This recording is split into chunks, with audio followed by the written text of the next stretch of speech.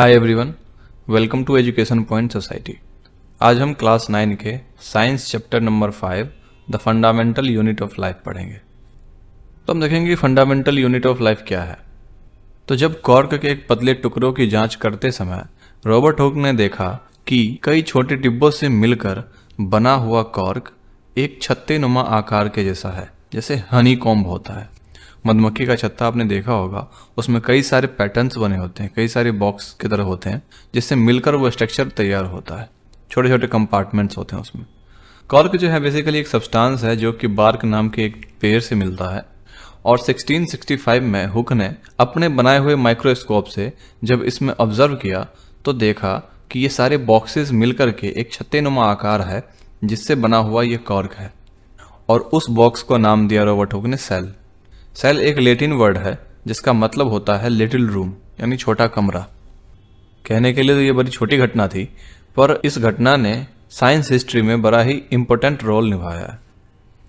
But यह पहली बार था कि किसी ने ये ऑब्जर्व किया कि लिविंग थिंग्स यानी जीवित चीजों में भी सेपरेट यूनिट्स हैं, यानी छोटे छोटे यूनिट से बना हुआ है, इकाई से बना हुआ है। तो ये जो शब्द है सेल, इसको डिस्क्राइब किया और इसी वर्ड यानी सेल को हम यूज करते हैं आज के बायोलॉजी में। नेक्स्ट पॉइंट है कि what are living organism made up of, यानी जीवित जीव जो है वो किससे बना हुआ है। तो उसके लिए हम एक्टिविटी देखेंगे 5.1। तो पहली एक्टिविटी के लिए है कि एक प्याज का एक बल्ब लेंगे।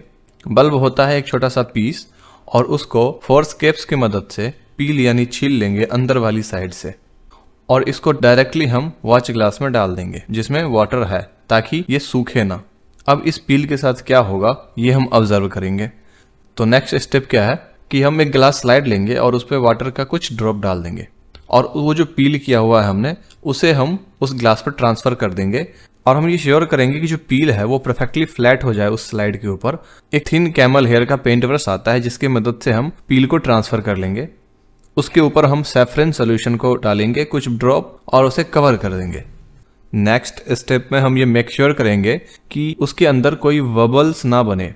ठीक है, जब उसके ऊपर हम डाल रहे हो पील को तो उसके अंदर कोई बबल ना बने। अगर बन रहा है तो माउंटेनिंग नीडल से हम उस बबल को रिमूव कर दे, हटा दे। और इस स्लाइड को हम कंपाउंड माइक्रोस्कोप से लो पावर से हाई पावर करके हम देख सकते हैं। जैसा कि इस फिगर में आप देख रहे होंगे, ये आई पीस है, ये पूरा कंपाउंड माइक्रोस्कोप है। तो माइक्रोस्कोप में कुछ ऐसा दिखा, ये उसका पिक्चर है। ये अनियन पील है, इसमें ये हनी कॉम्ब जैसा पैटर्न बना हुआ है और जिससे ये पूरा एक सेल बना हुआ है। अब हम नेक्स्ट देखेंगे कि ये स्ट्रक्चर है क्या। तो ये स्ट्रक्चर जो है वो सिमिलर है एक दूसरे से, बिल्कुल एक जैसे दिखते हैं, और मिल करके एक बड़ा स्ट्रक्चर बनता है अनियन बल्ब का। अनियन बल्ब का मतलब है यहाँ पर एक प्याज का एक परत। तो क्वेश्चन आता है कि अगर अलग अलग साइज के प्याज को पील अगर हम ले लें तो क्या उसमें सेम दिखेगा? जी हाँ, उसमें सिमिलर स्मॉल स्ट्रक्चर ही बने हुए नजर आएंगे अगर हम माइक्रोस्कोप से देखें तो। चाहे प्याज का साइज जैसा भी हो, अगर उसके पील को अगर हम ऑब्जर्व करेंगे तो उसमें सेम पैटर्न ही हमें देखने को मिलेगा। तो ये जो स्मॉल स्ट्रक्चर हमें दिखाई देता है वही बेसिक बिल्डिंग यूनिट है एक ऑनियन बल्ब का। कह लो एक सूक्ष्मतम इकाई है किसी प्याज के। इस स्ट्रक्चर को हम कहते हैं सेल्स। तो अगर देखा जाए तो केवल ये प्याज ही नहीं, जितना भी ऑर्गेनिज्म है वो सब के अंदर एक छोटी इकाई होती है जिसको हम सेल कहते हैं, चाहे वो सिंगल सेल के हों या फिर मल्टीपल सेल के हों। अब हमें कुछ और जानने की जरूरत है। सेल की खोज पहली बार रॉबर्ट हुक ने 1665 में किया था। इन्होंने कॉर्क के एक पतले स्लाइस को देखा अपने बनाए हुए माइक्रोस्कोप से। लेकिन ल्यूवेनहॉक ने 1674 में अपने इम्प्रूव्ड माइक्रोस्कोप से डिस्कवर किया कि जो तालाब है उसमें भी लिविंग ऑर्गेनिज्म है, फ्री लिविंग सेल को ऑब्जर्व किया। नेक्स्ट अगर हम जाएं तो आगे जाकर रॉबर्ट ब्राउन ने 1831 में न्यूक्लियस को डिस्कवर किया जो कि सेल में होता है। तो इससे आगे हम जाएं तो 1839 में पुकिंजे ने सेल में पाए जाने वाले फ्लूइड का नाम दिया प्रोटोप्लाज्म। तो ये जो सेल थ्योरी है कि प्लांट्स और एनिमल जो है सेल से बने होते हैं और सेल जो है बेसिक यूनिट ऑफ लाइफ है, इसको प्रेजेंट किया था दो बायोलॉजिस्ट स्लेडियन एंड स्वान 1838 और 1839। और जब समय में हम थोड़ा और आगे जाएं तो हमें पता चलेगा कि 1855 में विर्चो नाम के एक साइंटिस्ट ने हमें एक सिद्धांत दिया कि सेल जो है वो पहले से ही किसी सेल से बना हुआ होता है, यानी प्री एग्जिस्टिंग सेल से ही बन के आता है। ये डिस्कवरी उन्होंने इलेक्ट्रॉन माइक्रोस्कोप से दिया था। तो वहीं 1940 तक कोइस्का और उसके विभिन्न अंगों का जो संरचना है उसको समझना संभव हो चुका था। तो मैग्नीफाइंग लेंस से ही माइक्रोस्कोपिक वर्ल्ड का डिस्कवरी हुआ। अब ये ज्ञात हो चुका है कि एक सिंगल सेल भी एक पूरे ऑर्गेनिज्म यानी एक जीव का निर्माण कर सकती है, जैसा कि अमीबा में होता है, क्लेमाइडोमोनस में होता है, पैरामीशियम में होता है और बैक्टीरिया में होता है। इन सारे ऑर्गेनिजम्स को यूनिसेलुलर कहते हैं, यानी सिंगल सेल वाले। वहीं दूसरी ओर देखें तो कई सारे सेल जो हैं वो ग्रुप बना करके एक बॉडी में जा करके अलग अलग काम करती है, अलग अलग फंक्शंस होते हैं उनके, जिससे बहुकोशिकीय जीव यानी मल्टी सेलुलर ऑर्गेनिज्म के कई सारे बॉडी पार्ट्स बनते हैं, जैसे फंगी, प्लांट्स एंड एनिमल्स। तो हम देखते हैं कि जो मल्टी सेलुलर ऑर्गेनिज्म भी है वो भी कहीं ना कहीं सिंगल सेल से ही आता है। कैसे, आगे देखते हैं। तुम्हें पता है कि सेल जो है डिवाइड कर देता है और डिवाइड होकर 2 सेल प्रोड्यूस करता है खुद से ही। तो हम कह सकते हैं कि सभी सेल जो है प्री एग्जिस्टिंग सेल से ही आते हैं। तो हम एक्टिविटी 5.2 देखेंगे। तो पहला पॉइंट है कि हम पत्तियों के छिलके, प्याज के जो जड़ें होती हैं उसके जो सिरे होते हैं वो, या फिर अलग अलग प्याज के पील्स को हम ले लेंगे अलग अलग साइज के।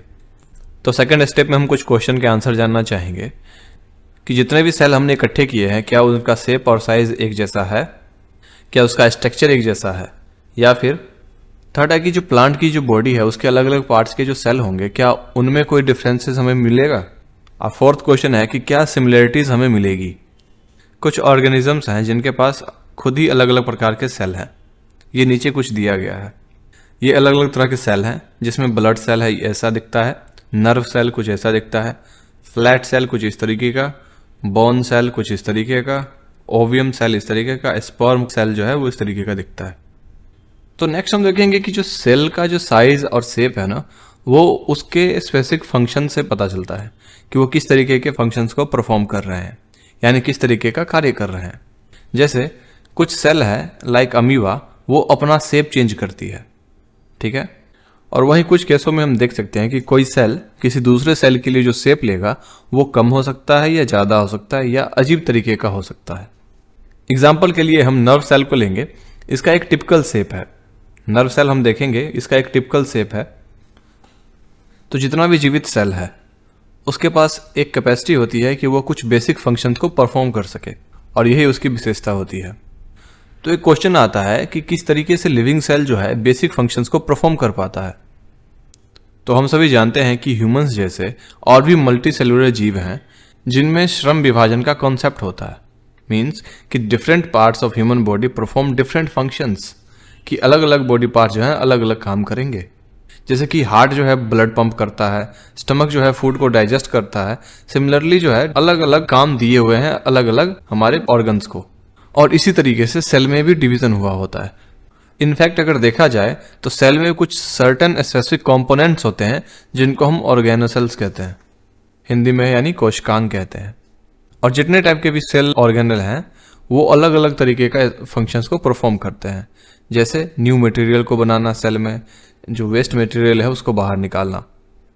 यही ऑर्गेनल्स जब एक साथ मिलते हैं तो एक बेसिक यूनिट जिसे हम सेल कहते हैं उसका निर्माण होता है।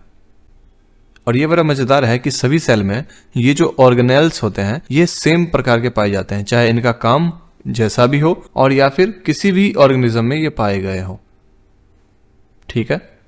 नेक्स्ट है कोशिका किससे बनी होती है, यानी सेल किससे बना होता है। तो हमने ऊपर देखा कि ऑर्गेनेल्स से मिलकर के सेल बना होता है, बट हाउ, तो हम आगे देखेंगे। तो माइक्रोस्कोप के अंदर स्टडी करते टाइम हमें पाया कि सेल के जो 3 फीचर हैं जिसमें से plasma membrane, nucleus and cytoplasm, ये प्रत्येक सेल में होता है। तो सेल के अंदर जितनी भी एक्टिविटीज होती हैं या फिर उसके एनवायरनमेंट का जो इंटरेक्शन होता है आपस में, वो इन्हीं सारे फीचर्स की वजह से हो पाता है। यही प्लाज्मा मेम्ब्रेन, न्यूक्लियस और साइटोप्लाज्म मिलकर ही आपस में इंटरेक्शन को बढ़ावा देते हैं। तो चलो देखते हैं कैसे। नेक्स्ट है प्लाज्मा मेम्ब्रेन और सेल मेम्ब्रेन। तो ये जो प्लाज्मा मेम्ब्रेन है ये आउटर मोस्ट कवरिंग है सेल का, जो कि सेल के अंदर जो कंटेंट है और बाहर का जो एनवायरनमेंट है उन दोनों के बीच में सेपरेशन का काम करती है। यानी अंदर का जो कंटेंट है उसका सेपरेट करती है बाहर के किसी भी एनवायरनमेंट के।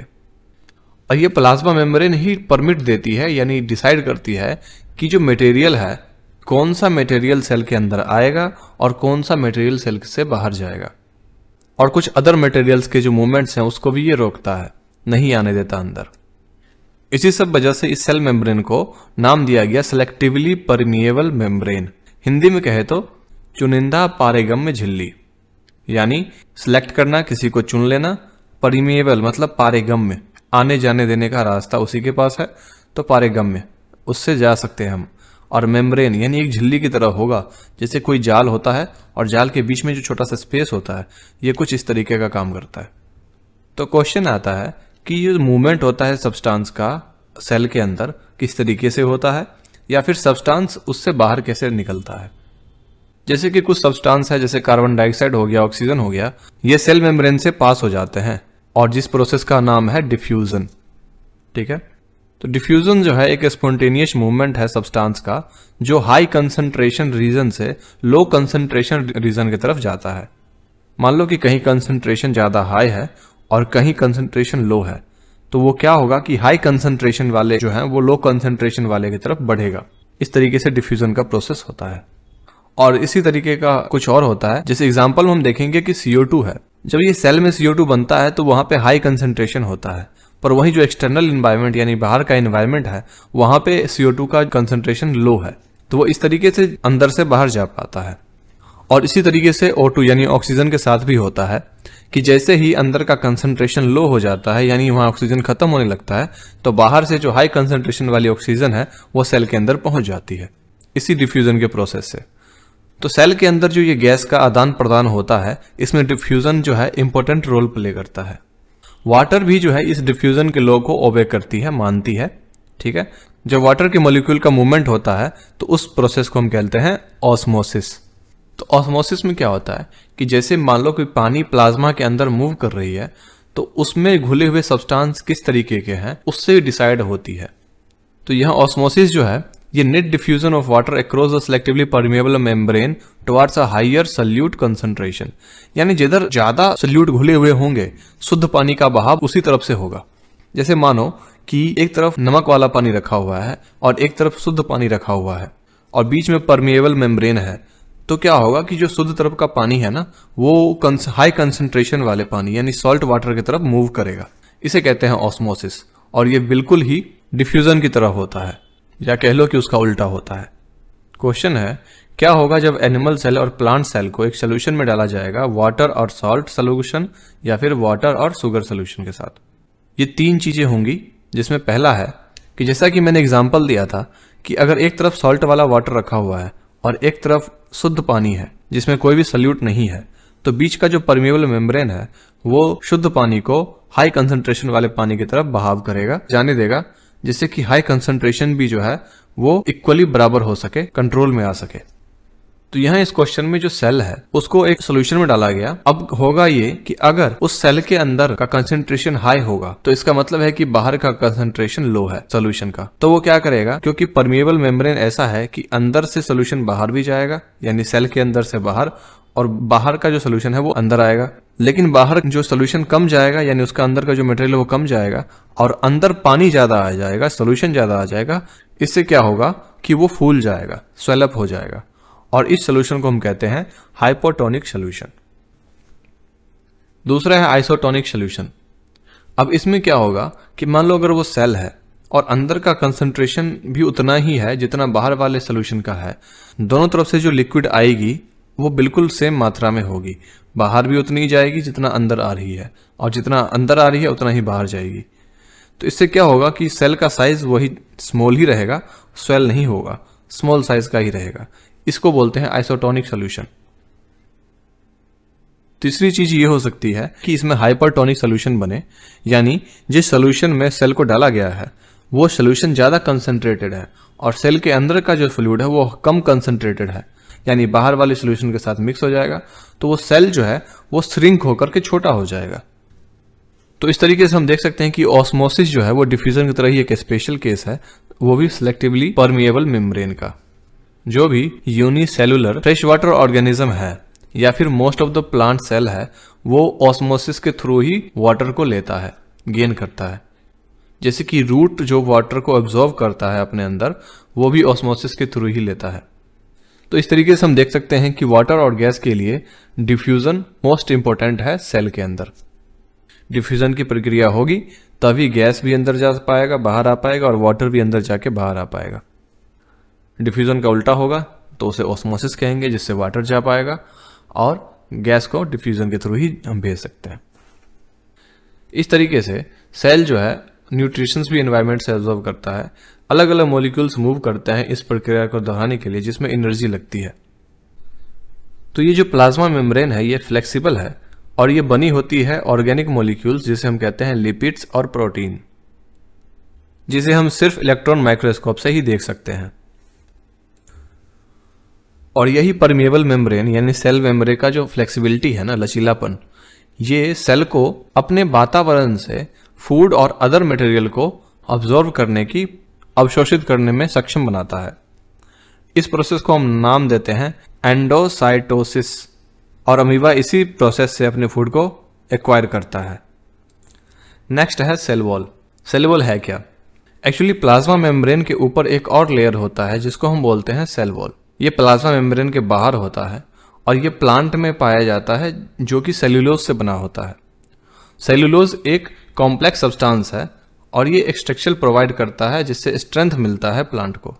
तो जब कभी भी प्लांट का सेल अपना वाटर लूज कर देता है तो उसका सारा कंटेंट जो है वो श्रिंक होकर के सेल वॉल से दूर चला जाता है, और इस फिनोमेना को हम प्लाज्मोलिसिस कहते हैं। तो इस फिनोमेना को हम इस एक्टिविटी में देखेंगे। रेहो नाम के पौधे का एक पत्ता ले लेंगे, ठीक है, उसके पील को निकाल करके स्लाइड के ऊपर रख देंगे, एग्जामिन करेंगे हाई पावर ऑफ माइक्रोस्कोप से, देखेंगे कि कैसा क्या हो रहा है। तो उसमें जो छोटे और ग्रीन कलर का चीज हमें दिखाई देगा उसे हम कहेंगे क्लोरोप्लास्ट, और क्लोरोप्लास्ट में क्लोरोफिल होता है, ठीक है। तो पील के आगे तरफ अगर हम शुगर सोल्यूशन को डालें और वेट करें और उसके बाद ऑब्जर्व करें क्या हुआ। फिर सेकेंड एक्टिविटी है कि रिहो लीव्स को बॉयल करें, ठीक है, और उसके अंदर के सेल को खत्म कर दें। फिर उसके बाद हम स्लाइड के ऊपर रखें और माइक्रोस्कोप से जांचें, और उसके ऊपर फिर से हमने शुगर सोल्यूशन या सॉल्ट सोल्यूशन डाल दिया, ठीक है। अब हम वेट करेंगे और फिर से ऑब्जर्व करेंगे क्या प्लाज्मोलिसिस हुआ या नहीं हुआ। तो इसका आंसर हम जानने के लिए आगे चलते हैं। इस एक्टिविटी से हमें पता चला कि जितने भी लिविंग सेल है वही वाटर ऑब्जॉर्व करके ऑस्मोसिस की प्रक्रिया करेंगे, मरे हुए सेल नहीं करेंगे। तो ये जो सेल वॉल है ये प्लांट और फंगी और बैक्टीरिया में कुछ इस तरीके से काम करता है कि इन्हें बाहरी एक्सटर्नल मीडिया से फाइट करने का कैपेसिटी प्रदान करता है बिना उसके फटे, ब्रस्ट किए हुए। जैसे कि मान लो किसी सेल ने वाटर को ऑब्जर्व किया और वो फूल गया, तो जो सेल वॉल है वापस से उस पर इतना ही फोर्स लगाएगी और उसको कंट्रोल में रखेगी, उसे ब्रस्ट नहीं होने देगी। नेक्स्ट हम देखेंगे न्यूक्लियस। न्यूक्लियस क्या होता है? न्यूक्लियस सेल के अंदर सेंटर को कंट्रोल करता है और वही सेंटर में रहता है, उसे हम बोलते हैं न्यूक्लियस। इसके कई सारे पार्ट हैं, जैसे न्यूक्लियर मेम्ब्रेन, न्यूक्लियोप्लाज्म, न्यूक्लियोलस और क्रोमोसोम्स। अब न्यूक्लियर मेम्ब्रेन का क्या काम है? ये न्यूक्लियस को सराउंड करता है चारों तरफ से, और उसके अंदर कौन सी मैटर एंटर करेगा नहीं करेगा उसको डिसाइड करता है। न्यूक्लियोप्लाज्म जो है न्यूक्लियस का एक फ्लूइड होता है, और न्यूक्लियोलस आरएनए और प्रोटीन को सिंथेसिस करता है। वही क्रोमोसोम्स जो है वो डीएनए और जेनेटिक इंफॉर्मेशन को स्टोर करके रखता है। इसी सारे पार्ट्स को हम इसमें पढ़ेंगे। तो आगे चलते हैं न्यूक्लियस में। जैसा कि मैंने बताया कि न्यूक्लियर मेम्ब्रेन जो है न्यूक्लियस को डबल लेयर कवरिंग प्रदान करता है, उसी को न्यूक्लियर मेम्ब्रेन कहते हैं। अब न्यूक्लियर मेम्ब्रेन में कई सारे छेद होते हैं, ये वो अलाउ करता है कि अंदर न्यूक्लियस का जो मटेरियल है वो बाहर के साइटोप्लाज्म से कैसे मिले, ठीक है। बाहर में जो उसका तरल पदार्थ है, लिक्विड है, उसमें जाकर के कैसे वो मटेरियल है पहुंच जाए। अब मैंने बात करी क्रोमोसोम्स का, तो न्यूक्लियस के पास क्रोमोसोम्स भी होते हैं और ये बिल्कुल रोड की तरह दिखाई देते हैं, और ये तभी दिखाई देते हैं जब सेल डिवाइड हो रहा होता है। अब इसी डीएनए में हमारे इंफॉर्मेशन होती है कि सेल कैसे निर्माण होगा, ठीक है। हम और इतना ही नहीं, ये हमारे पेरेंट्स का कैरेक्टर, जनरेशन, उनके अंदर की जो डीएनए है या गुण है कह लो, वो हमारे अंदर यानी नेक्स्ट जनरेशन में ट्रांसफर कर देते हैं। क्रोमोसोम्स बेसिकली डीएनए और प्रोटीन के बने होते हैं, ठीक है। जैसे कि मैंने अभी कहा कि डीएनए मॉलिक्यूल जो है इंफॉर्मेशन रखते हैं हमारी, ताकि हमारे अंदर के बनने वाले सेल किस तरीके के बनेंगे, उसी इंफॉर्मेशन से वो सेल उसी तरीके का बनेगा जिस तरीके का इंफॉर्मेशन उस डीएनए में मौजूद होगा। जैसे मान लो कि कोई हमारे अंदर फ्रॉग का डीएनए डाल दे, तो अब वो डीएनए क्या करेगा कि उसी तरीके का सेल निर्माण करेगा जिस तरीके का फ्रॉग में होता है। अब बेसिकली ये एक नई जीव यानी एक नई लिविंग थिंग्स को आपने क्रिएट कर दिया, एक नया जीव बना दिया। अब मान लो कोई सेल जो है डिवाइड नहीं हो रहा, तो उस सेल में वो डीएनए जो है वो क्रोमेटिन मटेरियल की तरह रहेगा। अब क्रोमेटिन मटेरियल कैसा है, ये विजुअल ऐसा है दिखाई देगा जिससे कि कई सारे धागे को एक साथ पिरोया गया है या एक साथ उलझे हुए हैं। और जैसे ही सेल डिवाइड होने वाला होता है, क्रोमेटिन मटेरियल जो है वो ऑर्गेनाइज हो जाता है क्रोमोसोम में, यानी कि क्रोमोसोम का रूप ले लेता है। अगर देखा जाए तो न्यूक्लियस जो है सेलुलर रिप्रोडक्शन के लिए एक क्रूशियल या सेंट्रल रोल प्ले करता है। जैसे अगर एक सेल से 2 नए सेल बनाने हो तो उसमें कोई अगर हेल्प करेगा तो वो है न्यूक्लियस, क्योंकि न्यूक्लियस के पास डीएनए है, क्रोमोसोम्स है, डीएनए है, इन्फॉर्मेशन है, तो वही कोई नई सेल बनाएगा। या फिर नई सेल बनाने के लिए जब 1 से 2 या 2 से 4 सेल बनेगा तो उसमें डिवाइड करने के लिए हमेशा हेल्प लेनी पड़ेगी न्यूक्लियस की। बट सिर्फ इतना ही नहीं होता, ये भी डिसाइड करती है कि इसमें केमिकल एक्टिविटीज कैसा होगा, ठीक है, इन्वायरमेंट किस तरीके से बिहेव करेगा, किस इन्वायरमेंट में जाकर ये मैच्योर हो जाएगा और ये सेल किस तरीके का दिखेगा, ये भी डिसाइड न्यूक्लियस ही करता है। और कुछ बैक्टीरिया ऐसे भी हैं जिसके अंदर न्यूक्लियर मेम्ब्रेन नहीं होने से उसके न्यूक्लियर रीजन को डिफाइन करना बहुत ही मुश्किल वाला काम है, या अलग तरीके से डिफाइन किया गया, अनडिफाइंड मान लो। अब जो अनडिफाइंड न्यूक्लियर रीजन है उसके पास सिर्फ न्यूक्लिक एसिड होती है, जिसे हम न्यूक्लियोइड कहते हैं। और ऐसा ऑर्गेनिज्म जिसके सेल के अंदर न्यूक्लियर मेम्ब्रेन नहीं होता उसे प्रोकैरियोटस कहते हैं। और जिस ऑर्गेनिज्म में सेल के पास न्यूक्लियर मेम्ब्रेन होता है उसे कहते हैं यूकैरियोटस। यही अब हम आगे देखते हैं कि यूकैरियोटिक सेल के मुकाबले प्रोकैरियोटिक सेल के पास बहुत ही कम मात्रा में ऑर्गेनेल्स होते हैं।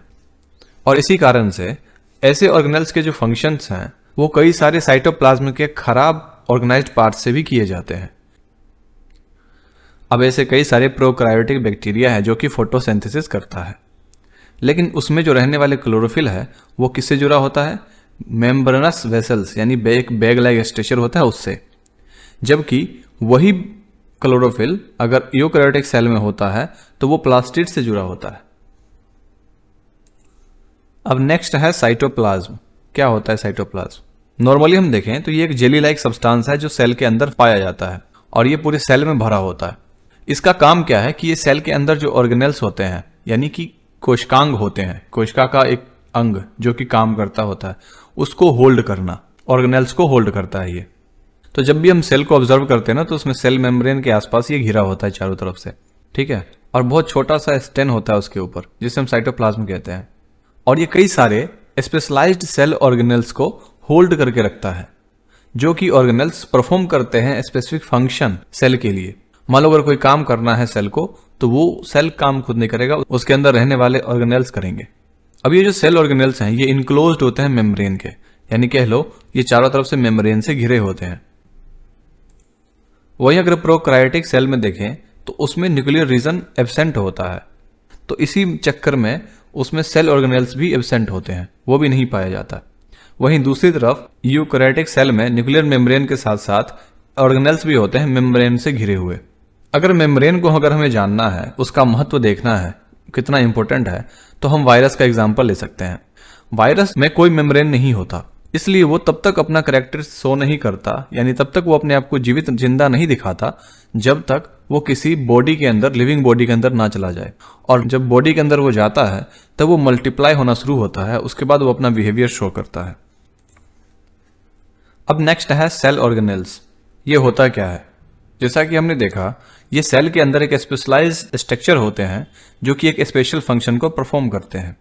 अब इसके कई सारे पार्ट्स भी हैं, तो वो देख लो आप, जिसमें पहला है माइटोकॉन्ड्रिया, दूसरा है एंडोप्लाज्मिक रेक्टिकुलम ER, तीसरा है गोल्गी एपरेटस, चौथा है लाइसोसोम, पांचवा है वैक्यूलस, छठा है क्लोरोप्लास्ट जो कि प्लांट में ही पाया जाता है। इसी सब को हम देखेंगे सेल ऑर्गेनेल्स में। तो हम आगे पढ़ते हैं। तो जैसा हम जानते हैं कि सेल के पास मेम्ब्रेन होता है जो कि उसको बाहर के एनवायरनमेंट से सेपरेट करके रखता है। तो जितना लार्ज और कॉम्प्लेक्स सेल होगा चाहे वो मल्टी सेलुलर ऑर्गेनिज्म में ही हो, उसको कई सारे केमिकल एक्टिविटीज को सपोर्ट करने के लिए कॉम्प्लिकेटेड स्ट्रक्चर होगा जो कि अलग अलग काम करेंगे। तो इन्हीं सारी डिफरेंट एक्टिविटीज को सेपरेट करने के लिए सेल अपने अंदर मेम्ब्रेन से बने हुए स्ट्रक्चर का यूज करती है जिसको ऑर्गेनेल्स भी कहते हैं। इसी एक फीचर से यूकैरियोटिक सेल प्रोकैरियोटिक सेल से अलग दिखाई देता है और जिसे हम सिर्फ इलेक्ट्रॉन माइक्रोस्कोप से ही देख सकते हैं। अब नेक्स्ट है एंडोप्लाज्मिक रेटिकुलम, ER। तो ये ER जो है ये एक बहुत बड़ा नेटवर्क है, चाहे वो ट्यूब जैसे मेम्ब्रेन का हो या फिर सीड जैसे मेम्ब्रेन का हो, और ये कभी कभी बैग की तरह दिखाई देता है, कभी कभी ट्यूबल्स की तरह दिखाई देता है, राउंड दिखाई देता है। ER मेंबर का जो स्ट्रक्चर होता है वो बिल्कुल प्लाज्मा मेम्ब्रेन की तरह ही दिखाई देता है। दो प्रकार के ER होते हैं, पहला है एंडोप्लाज्मिक रेटिकुलम RER और दूसरा है स्मूथ एंडोप्लाज्मिक रेटिकुलम यानी SER। दोनों के काम अलग अलग है। अब RER जो है ये रफ दिखाई देता है माइक्रोस्कोप के अंदर क्योंकि इसके अंदर राइबोसोम्स अटैच्ड होते हैं सरफेस के साथ। क्योंकि राइबोसोम्स जो है वो प्रोटीन मैन्युफैक्चर करता है, इसलिए जो RER है वो प्रोटीन मैन्युफैक्चर ही करता है। और प्रोटीन मैन्युफैक्चर करके अलग अलग जगहों पर भेजना जहां जहां सेल को जरूरत है। वहीं SER जो है ये हेल्प करता है फैट मॉलिक्यूल्स को बनाने में, मैन्युफैक्चर करने में, और कुछ अदर प्रोटीन्स और लिपिड मिल करके एंजाइम्स और हार्मोन के जैसे फंक्शन करते हैं।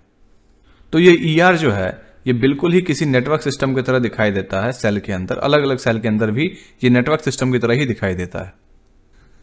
अब बेसिकली देखा जाए तो ER का काम क्या है?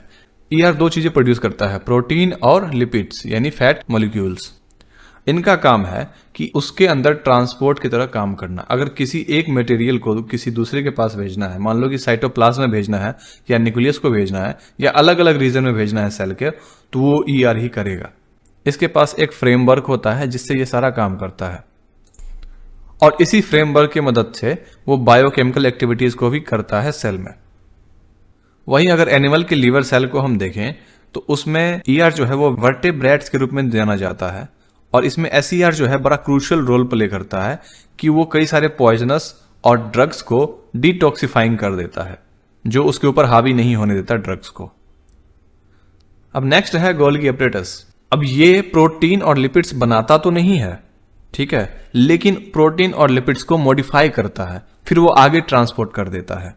गोल्गी में अगर देखें तो उसमें मेम्ब्रेन बाउंड वेसल जो है यानी एक चपटी थैली जो है वो एक तरह से सिस्टम से अटैच्ड होती है जो एक दूसरे के साथ पैरेलल ही अरेंज्ड होती है, उसे कहते हैं हम सिस्टर्न्स।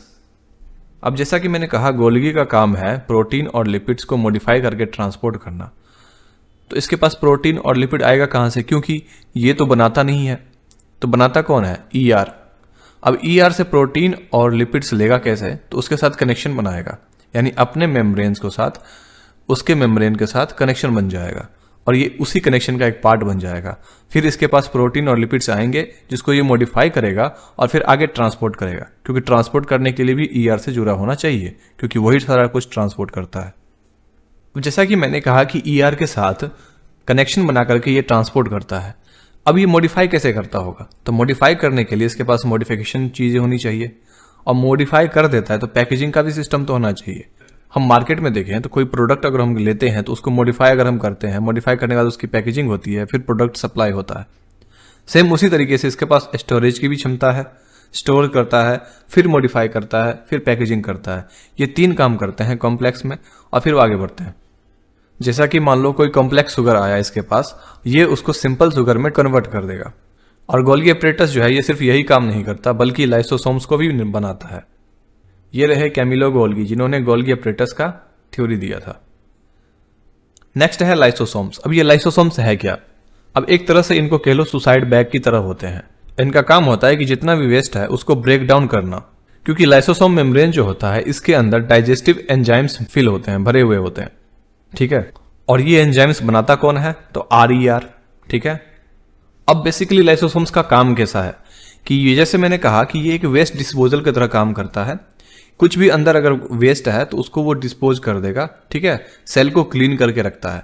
और गलती से कोई अगर ऐसा मटेरियल अंदर आ गया सेल के अंदर जो सेल के किसी काम का नहीं है तो ये उसको डिस्पोज कर देगा।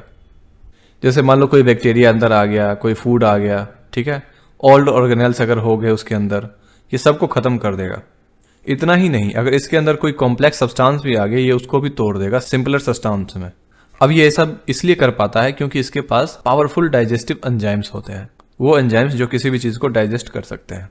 अब पता होगा कि मैंने इसको सुसाइड बैग क्यों कहा था, कि मान लो कि कोई सेलुलर मेटाबॉलिज्म में कोई डिस्टर्बेंस आ गया, जैसे सेल डैमेज हो गया, ठीक है, लाइसोसोम में burst and the enzyme digest under the own cell, उसी सेल में वो ब्रस्ट होकर के उस सेल को डाइजेस्ट कर देगा, इसलिए इसको सुसाइड बैग्स ऑफ सेल भी कहते हैं, यानी सेल के अंदर ये सुसाइड बैग की तरह होता है।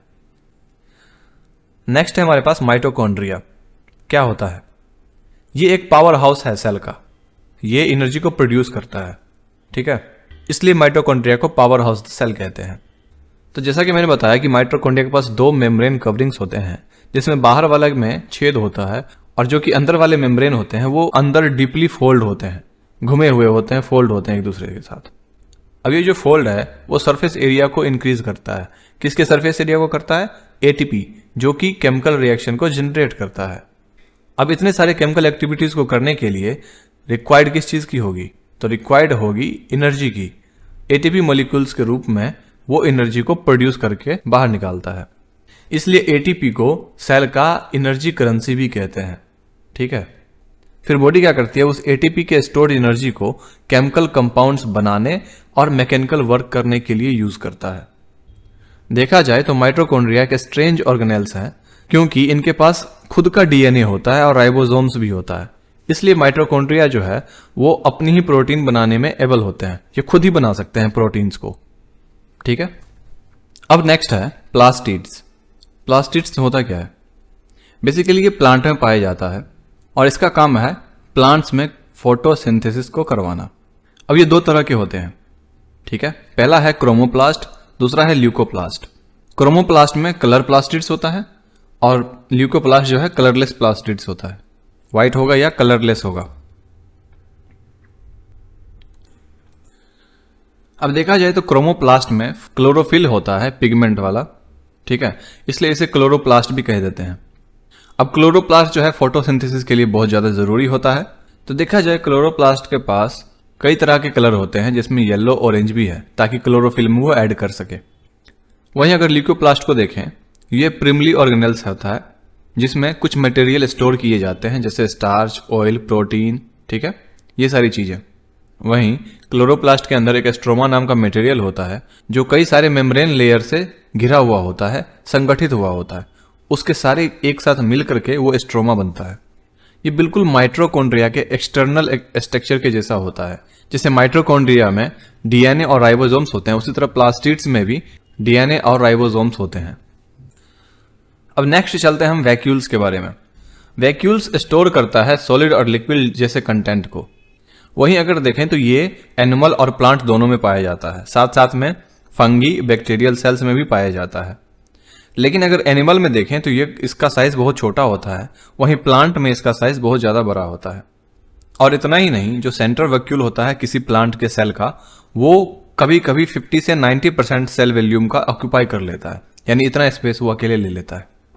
इतना ही नहीं, जो सेल वैक्यूल्स होता है प्लांट का, उसके अंदर सेल सैप भरे होते हैं, मतलब कह लो कि एक तरह का रस भरा होता है जो सेल का होता है, जो उसे कठोरता प्रदान करता है, ठीक है।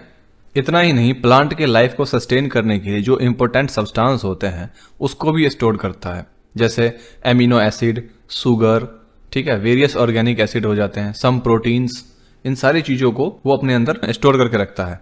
और अगर अमीबा की हम बात करें तो वो जो भी चीज खाता है वो उसके फूड वैक्यूल में जाके स्टोर हो जाता है। और कुछ यूनिसेलुलर ऑर्गेनिजम्स ऐसे होते हैं जिसके अंदर का स्पेशलाइज्ड जो वोकल्स होता है वो बड़ा ही इंपॉर्टेंट रोल प्ले करता है कि उसके अंदर जो एक्सेस अमाउंट में वाटर है या कुछ वेस्ट है उसको बाहर कैसे निकाले। वो सारा चीज वो बाहर निकालेगा, वो सारा काम वो वैक्यूल्स ही करता है। नेक्स्ट है सेल डिवीजन। अब किसी ऑर्गेनिज्म में एक सेल बनता है तो वो किसके लिए बनता है? ग्रो होगा, या किसी ओल्ड सेल को रिप्लेस करेगा, किसी डेड सेल को रिप्लेस कर देगा, या इंजर्ड सेल को रिप्लेस कर देगा।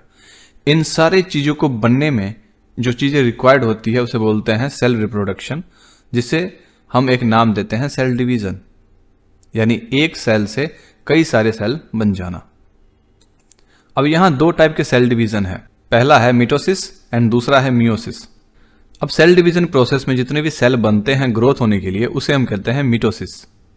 इस प्रोसेस में सभी सेल को मदर सेल कहा जाता है। जैसे इस फिगर में हम देख रहे हैं कि ये एक मदर सेल है और उससे बनने वाले ये दो तरह के सेल हैं। मिटोसिस में क्या होता है कि जो मदर सेल होता है ना, उससे दो आइडेंटिकल डॉटर सेल निकल जाती है। जैसे कि ये एक मदर सेल है इस फिगर में देख रहे हैं और ये दो डॉटर सेल निकल गई उससे। अब मिटोसिस में एक और चीज होता है कि हम देखेंगे कि जो मदर सेल है ना, उसी की तरह जो नए सेल बने हैं उसमें भी क्रोमोसोम्स हैं। जैसे इसमें 2 व्हाइट और 2 रेड दिख रहा है, इसमें भी 2 व्हाइट 2 रेड दिख रहा है, इसमें भी 2 व्हाइट और 2 रेड दिख रहा है। इस सेल का काम होता है ग्रो होना और टिश्यू को रिपेयर करना किसी भी जीव के। अब मियोसिस का स्ट्रक्चर ऐसा है कि जैसे एक सेल है उससे 2 नए सेल ही बनेंगे और फिर उस 2 नए सेल के 2 नए सेल बनेंगे। बट मियोसिस प्रोसेस में जो सेल बन रहा है उसमें क्रोमोसोम्स अलग अलग होते हैं, हाफ नंबर ऑफ क्रोमोसोम्स ही पाए जाते हैं। जैसे मान लो कि मदर सेल है, इसमें टोटल ये 4 तरह के क्रोमोसोम्स हैं, बट अगर हम इन दोनों सेल को देखें तो इसमें हाफ हाफ क्रोमोसोम्स ही आए हैं। जैसे ये रेड और ये वाला क्रोमोसोम्स ये है और इसमें हम देखेंगे तो ये वाला क्रोमोसोम्स है, इसमें हम देखें तो ये वाला क्रोमोसोम्स है और ये ऊपर वाला क्रोमोसोम्स है। तो हमें अलग अलग सेपरेट डिवाइड हो गया। बट इससे जब 2 आगे बना तो इसमें हम देखेंगे कि ये वाला भाग है साइड वाला और एक ये वाला पूरे वाइट वाला भाग है। वहीं दूसरे में अगर हम देखें तो ये वाला भाग है और ये वाला भाग है। तो इस तरीके से आधे आधे क्रोमोसोम्स ही बचते हैं। तो आज के लिए बस इतना ही, मिलते हैं नेक्स्ट वीडियो में, तब तक के लिए धन्यवाद।